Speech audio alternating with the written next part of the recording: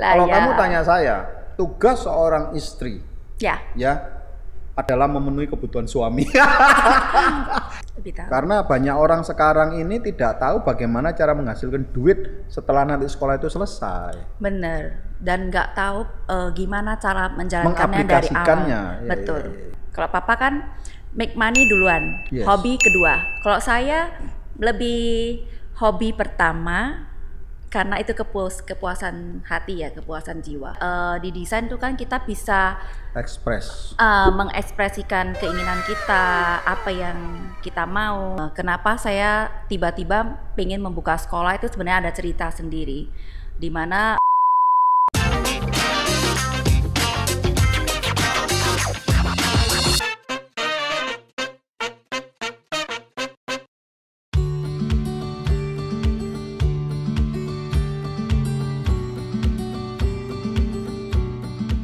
Saya mau tanya ya, sebetulnya desainer-desainer terkenal di dunia itu bisa jahit nggak sih? Atau cuma pinter gambar aja?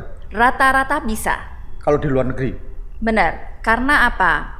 Kita mendesain, kita harus bisa memastikan hasil desain kita bisa exactly persis hasil desain kita. Jadi kita harus bisa juga mengarahkan kan, misalnya tukang pattern. Tukang pattern belum tentu bisa membaca hasil gambarnya kita kan. Oh, Memenuhi apa yang kita jadi inginkan kalau dalam sebagai gambar. desainer baju itu kamu harus bisa pecah modelnya Harus bisa pecah model, paling tidak memahami dasar-dasarnya. Termasuk juga teknik jahit. Paling tidak harus memahami Bisa nggak kerjasama? dasar-dasarnya. Mungkin kamu ketemu dengan satu orang yang very kreatif Bisa. dan Kalau kemudian nggak very bisa pecah kreatif, model. Kamu harus menerjemahkan untuk mecahin itu. bisa. Kalau dia bisa menggambar ilustrasinya dengan benar. Jadi gini, dunia desain itu sebenarnya dunia yang glam ya, benar ya, glam mahal. Jadi kalau seorang mau berangkat menjadi seorang desainer, dia harus branding diri kan. Gimana supaya produknya bisa sesuai dengan apa yang dia gambarkan, apa yang dia inginkan. Kalau dia sampai tidak bisa menuangkan di dalam pattern, dia pasti harus meng-hire tukang pattern. Kalau dia punya budget yang tidak banyak untuk meng-hire tukang pattern, bagaimana caranya dia tahu tukang pattern itu benar-benar punya kompetensi untuk itu? Karena dia sendiri tidak mengerti. Jadi itu jadi kendala. Tapi kalau bagi orang yang memang punya modal besar, saya punya uang, misalnya saya berani bayar tukang pattern 30 juta, hijack Per bulan? Nah, hijack desainer orang maksudnya bawahan-bawahan dari desainer-desainer yang sudah top. Itu biasanya taktik orang-orang yang memang modalnya gede. Tapi bagaimana dengan orang yang benar-benar mau start up dari nol? Nah, menurut saya dari pengalaman saya pribadi ya, Pak Pacang, saya waktu mulai membuat produksi sepatu baby itu tidak pernah saya dapatkan ilmu apapun dari sekolah saya, karena di sekolah saya tidak mengajarkan produk-produk itu. Tapi bagaimana caranya saya membuat itu adalah saya mengukur setiap dimensinya dan saya coba gambarkan dan saya mock up terus. Kekurangan mock up, dan waktu itu kebetulan saya sudah mulai punya bayi, jadi kaki anak saya yang saya ukur terus sampai saya bisa menghasilkan pola dasar yang sempurna. Tapi ada kendala waktu mulai memproduksi, di mana kan kita hire ibu-ibu yang tukang jahit itu, mereka merasa saya masih noni-noni kecil kan, jadi mereka merasa ini nggak bisa dijahit, ini nggak bisa dijahit. Jadi one day saya kesel, saya bilang gini, Bu ini bisa dijahit, kenapa nggak bisa dijahit? Nggak bisa, ini nggak mungkin bisa disambung ini itu. Jadi mereka selalu, iya, mereka tidak mau berusaha. Mereka terbiasa dengan sistem kerja hafalan, tidak mau capek berpikir. Jadinya juga tidak mau belajar sesuatu yang baru. Ya, jadi yang baru akhirnya saya nggak bisa gitu. Benar. Kebanyakan ya memang bangsa kita seperti itu. Benar loh, benar. Cuma itu bisa meneruskan, kenyataan. tidak bisa. Benar. Bukan kita untuk menghina bangsa kita sendiri, tapi kenyataan dari lebih semua. banyak orang yang seperti itu. Iya, benar. Jadi kayak contohnya lah pembantu rumah tangga, kita ngajarin cara potong ini yang benar seperti itu. Tapi mereka sudah terbiasa kerja di kampung seperti itu, kerja di tempat lain seperti itu. Mereka tidak akan mau merubah karena memang habit. Nah, ya, kayak cara motong aja ya, dari kanan ke kiri. Coba bener. suruh ganti dari kiri ke kanan. Kalau itu ekstrim ya, kalau itu ekstrim itu orang Jepang yang bisa. Jadi intinya adalah ya itu kita harus bisa menguasai. Jadi saya hanya praktekkan ke mereka, ini cara jahitnya dari sini. Oh iya ya, ternyata bisa ya. Nah dari situ saya tahu bahwa kita kalau mau menekunin sebuah bidang, kita harus menguasai bidang itu at least. Iya, tapi basic. Setelah semua itu selesai, untuk menjadi seorang fashion designer yang terkenal, nggak murah loh untuk brandingnya ini ya. Benar. Jadi maka itu salah satu alasan yang tak sampaikan ke Caitlin. Caitlin juga bayangin ya, cari sudah untuk jadi terkenal itu modalnya itu nggak gampang, harus sering ngadain fashion design, fashion show, satu fashion show habis berapa? Nah tergantung kok, jadi sebenarnya fashion designer itu kan macem-macem ya. Kalau kita untuk couture sih mungkin lebih cepat ya, lebih cepat kalau kita sekali boom langsung sekali jalan. Beda dengan kalau yang branding seasonal, misalnya nanti fall winter harus keluar apa, terus spring summer keluar apa, itu kan dia branding terus, harus kayak brand saya ketik itu harus branding jadi terus. Jadi orang pakai merek sebetulnya ya? Ya, tapi kalau untuk desainer couture dia nggak perlu seperti itu. Lain ceritanya kalau memang mereka yang tapi sudah. Tapi kalau namanya nggak terkenal ya orang masa mau beli produknya, biarpun couture kan. Kalau kualitasnya seimbang dengan kualitasnya seimbang dengan nilainya, pasti orang mau. Nggak mungkin nggak mau. Buktinya murid-murid saya cuma lulus 1-2 tahun udah langsung terkenal. Oke, saya mau tanya. Nih Pak Pacang nih lulus sekolah dari Pison. Ya. Untuk bisa menjadi seorang desainer terkenal kan harus fashion show misalkan. Betul. Sekali fashion show itu habis berapa sih kira-kira? Tergantung mau seberapa mewah. Mau fashion show yang tanpa duit juga bisa. Wow. Tergantung. Loh. Kan banyak juga, tambah lama tambah banyak desainer-desainer. Iya tergantung. Nah kalau kita tidak outstanding, siapa yang mau pakai kita ya? Anggaplah kita nggak punya koneksi nih, nggak ada orang yang mau kolaborasi dengan kita, tidak ada MUA yang mau support kita. Tidak ada salon yang mau support rambutnya kita. Tidak ada sponsor sepatu. Tidak ada sponsor perhiasan. Nah, how? Ya, memang sulit, agak kan? Sulit, agak lama.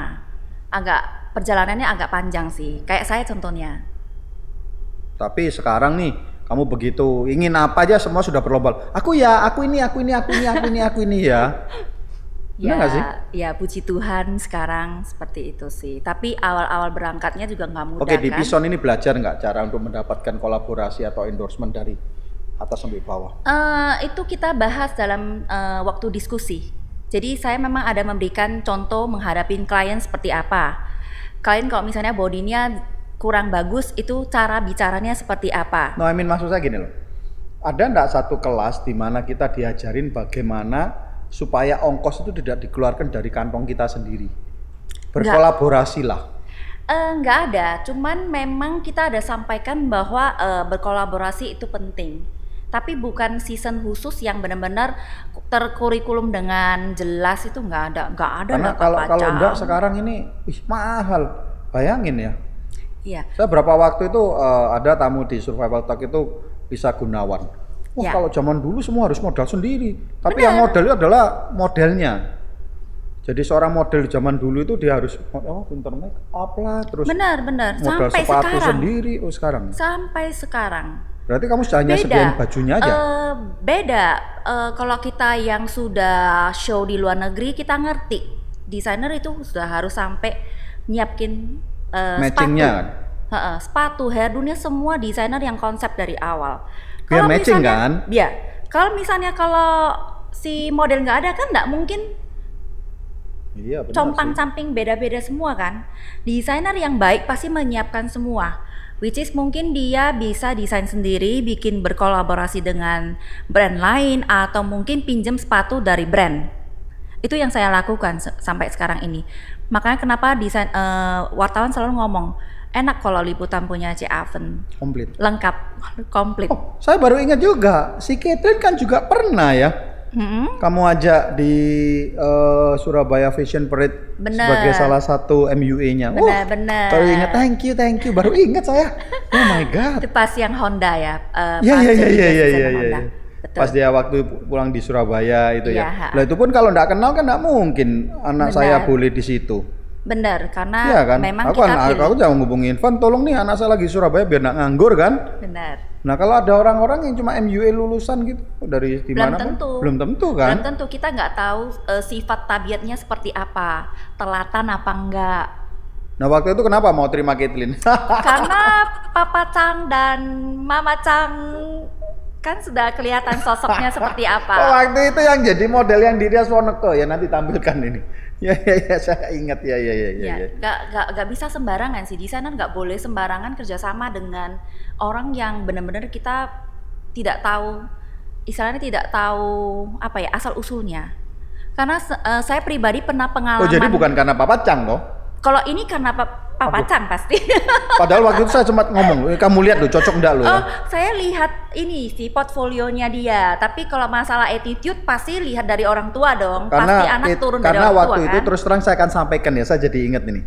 Caitlyn ini sudah beberapa kali di LA Fashion Week mendesain Week, para model, satu hari 20 orang Benar. gitu.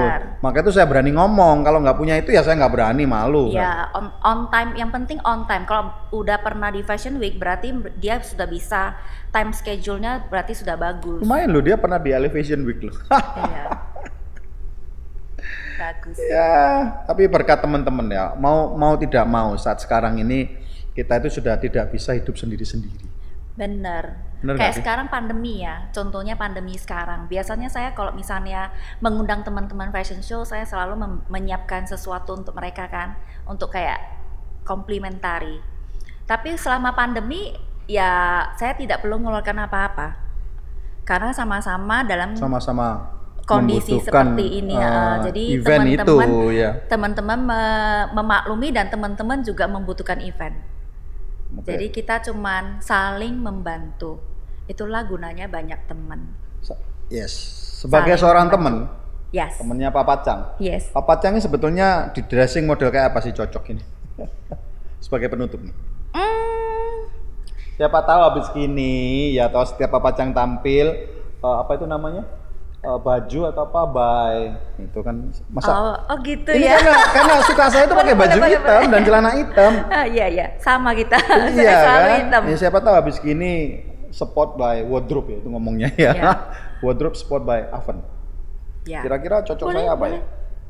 Saya keseneng loh yang funky itu begitu. Brandnya Ketik masuk sih, kayak yang dulu pernah ini kan. Yang waktu pernah di pakai. opening distrik 27 itu distrik 27, distrik 27. Yes. Distrik 27 alam. Itu saya suka loh itu. Ya. Itu banyak yang suka. Cocok gak sih saya kalau umur 51 keliaran di Surabaya atau di mana-mana dengan kayak begituan ini? Atau enggak dikira aduh ini apa gitu? Cocok aja, tergantung tempat. Kalau Papa Chang pakainya di pasar tradisional kan nggak cocok kan? Iya ya. Tergantung tempat. Ini kayak Gatot Koco nyasar gitu. Nah betul.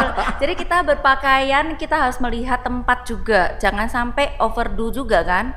Nggak mungkin kan ke pasar kita pakai tutu misalnya bagi yang suka tutu. Begitu. Nanti Jadi Survival Talk ini kolaborasinya sama Aven aja deh. boleh. Kalau mau. Ini juga bisa dipakai loh untuk pertemuan-pertemuan ya kan? Boleh. Wah senang banget bisa berbagi.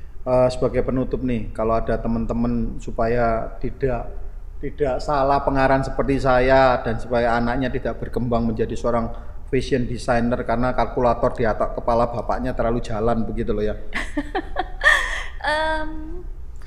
Sebenarnya kalau kita bekerja dengan passion, apapun pasti akan berhasil. Passion, yang penting adalah passion dan do it. Jangan cuma passion, cuma berhayal di kepala, tapi kita harus rajin lakukannya. Seperti Papa Chang mengembangkan Madam Chang sampai sekarang ada 2, ya kan? Karena passion, karena memang mengerjakan dengan sungguh-sungguh. Dan karena tidak ada yang lainnya yang dikerjakan. Iya seperti itu. Tapi memang banyak desainer yang bisa berkembang dengan baik, yang cepat pop up karena memang mereka passion dan mengerjakannya dengan baik. Mereka benar-benar rajin. Jangan hari ini rajin, besok off. On off Ya, ya memang kapan harinya. konsistensi itu adalah yang paling sulit. Benar. Suka atau tidak suka. Semua bidang. Karena manusia itu bukan robot. Benar. Ya. Nggak bisa. Berbicara tentang mood. Benar. Semua ya tergantung dari kitanya sendiri sih. Oke, senang banget ngobrol panjang lebar. Sama-sama. Dan semoga episode kali ini membuat dan menciptakan lebih banyak desainer di luar sana yang benar-benar berani berekspresi seperti berekspresi dirinya. Menciptakan market-market yang baru itu yang sebetulnya yang dikepingin, bukan mengekor tetapi menciptakan. Benar. It's not easy. Benar. Seperti dulu Madam Chang menciptakan market, bukan follow the market. Benar. Ya kan? Taruhannya juga nggak laku begitu kan? betul sekali. Tapi kuat-kuatan. Karena teman-temannya banyak pasti kuat sebetulnya ya. Maka itu jadi orang, teman-teman, jadilah pribadi yang menyenangkan. Benar. Banyak teman itu kunci sukses. Itu mulai zaman mak saya ngomong gitu sudah. Iya. Banyak teman, banyak hoki. Banyak teman, banyak hoki. Saling ngeling kan? Iya. Saling ngeling, saling mendukung. Ya pokoknya jangan cak teman aja kan. Itu loh. Iya, tapi soalnya Banyak gimana yang paling gampang dicak ya temen. Ngecek itu paling gampang orang dekat. Maka itu hati-hati dengan orang yang dekat yang atau pura-pura dekat dengan kamu itu karena itu paling gampang. Betul Membunuh sekali. orang dari dekat lebih gampang. Betul sekali. Hati-hati. Semoga Pison bertambah besar. Amin. Semoga satu hari Papa Chang bisa diurusin ini. Yes. Ya kan? Yes. Dan semoga Surabaya tidak lama bisa mengikuti dan jadi kita seperti apa adanya semua. Benar. Amin. Wah, saya tertarik dengan hijau-hijau ini karena hijau my favorite color ini. Ini sign-nya ini ya. Iya nih. Oh, Sign-nya. nah kamu lihat hijaunya. Ya kan? Iya, betul ya. Waduh, aku nggak sengaja loh hari ini aja mencocokkan hijau, dengan. ya kan? Iya, betul. Wah, ini dapat hadiah payung hijau nanti. Loh, kok bisa pas ya? Nggak kepikiran loh Ya aku. memang karena memang hatimu dan semuanya sudah ke Madam Chang. Iya, betul sih. Karena udah di rumah juga sudah pesen. Jangan lupa beli Madam Chang pulang ya. Tadi di awal katanya mau ngoleh-ngolehin saya apa? Sudah dibawa. Oh iya, saya bawakan masker yang ya ada kan enaknya hijau sama temen lemper ya gini. juga. Ya, ternyata maskernya hijau-hijau ya. Ada hijaunya. Wih. Sama yang masker yang Hari Pahlawan kemarin. Oh, oke. Nah ini ada size laki-laki dan perempuan, yang ini size laki-laki. Gak ada stok. Oh, kita bisa kolaborasi nih, desainin Madam Chang. Thank you. Thank you. Thank you udah undang saya di sini. Senang Survival banget. Talk. Salam bertahan hidup. Salam bertahan. Sampai ketemu. Sampai Salam ketemu. Koko Afu. Jangan lupa subscribe, lonceng. Salam bertahan hidup. Sampai ketemu episode akan datang.